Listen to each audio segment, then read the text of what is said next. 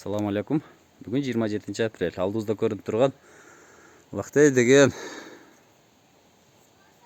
Эже Малина. 3 жылдық көчөттөр. Быйыл негизги түшүмгө кире турган убагы. Алдыңызда көрүнүп турган мунуке жаңы бүчүр ачып келатат. 3-нчы жылдан уже эң чоң түшүмгө кире баштайт. Тикенеги жок.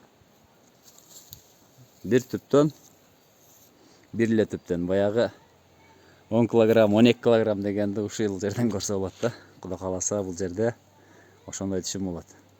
Зымга тартыш керек, байлаш керек, болбосо өтө бийиктеп, өсүп, жатып калышы мүмкүн.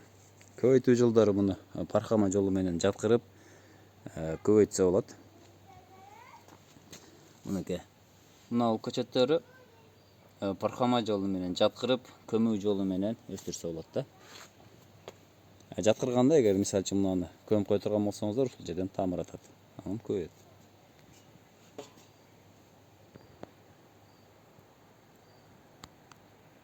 Гектарынан 20 тонна алса болот.